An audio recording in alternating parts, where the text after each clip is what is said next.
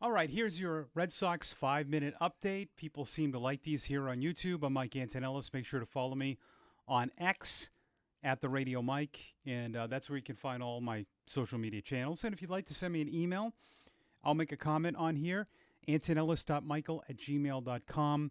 And I do a podcast through FanArch. They hired me to do a podcast on YouTube, so it's on YouTube at Red Sox Now. That is through FanArch, so this is my personal account, which has grown over the years. So the Jeff Passan report comes out on Wednesday, and it has Red Sox fans and all of you really overreacting because he said the Red Sox could stand pat. He didn't say that they would. And I think he's just being realistic. That the price, it's mainly circled and centered around Joe Ryan, who, as we know in the last deadline, we learned this from Rod Bradford, that Roman Anthony and Marcelo Meyer is what the White Sox wanted. And they probably wanted more than that. And going into this deadline, a lot of you look at the MLB pipeline prospects for the Red Sox and think that the Twins just order off a menu. It doesn't work that way. They might not value the prospects the way that you do. They might think number 30 is number 3. They might think number 3 is number 30. They might say, we don't care if you're ranked 3rd in prospects. We think this other organization is ranked 1st ahead of you. They could just be lying.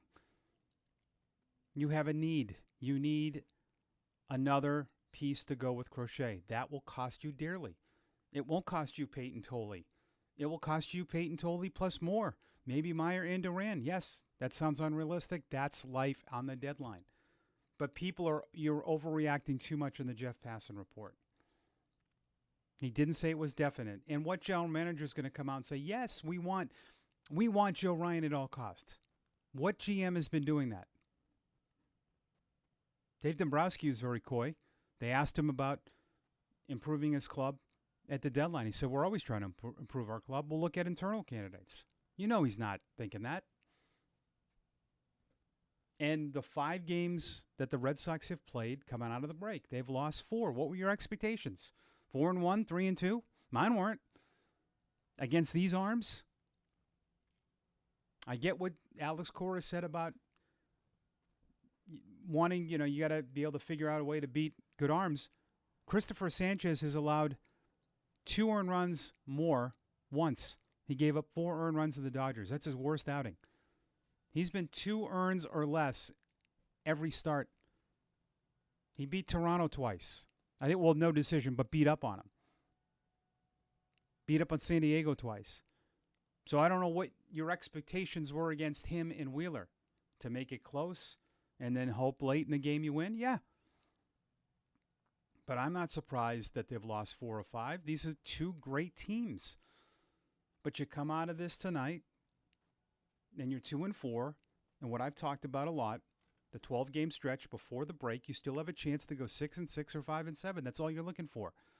But your expectations now, because now everyone is off the bandwagon. So I don't know what you were expecting. If you were expecting 4-1 or 3-2, yeah. But I was not expecting that. I still think it's a good club. I still think they're short a couple of players. I thought that during the win streak. But I still think they've done a lot of good things, and I think they have a lot of good pieces. You have a legit one. You have a legit closer. You've got a great bullpen. Philly would trade for your bullpen in a heartbeat.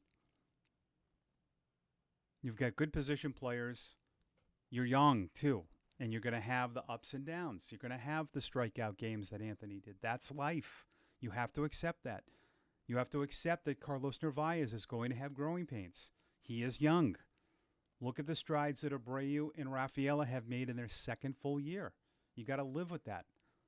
So you got Giolito on the mound. He's got to be that stopper tonight. Then you have the day off, and then you host the Dodgers for 3 games. So I want everyone to try to stay positive. Don't overreact. Stop bringing up the Schwarber and Mookie stuff, the past. Like, at some point, guys, you got to turn the page. Stop bringing up all that stuff. Oh, they should have kept Schwarber. Okay. But it's not worth talking about over and over and over again. He's not here. Let it go. Enjoy the game tonight. We'll try to do these as frequently as we can. Make sure to follow me on social media at The Radio Mike. Go Sox on Wednesday night.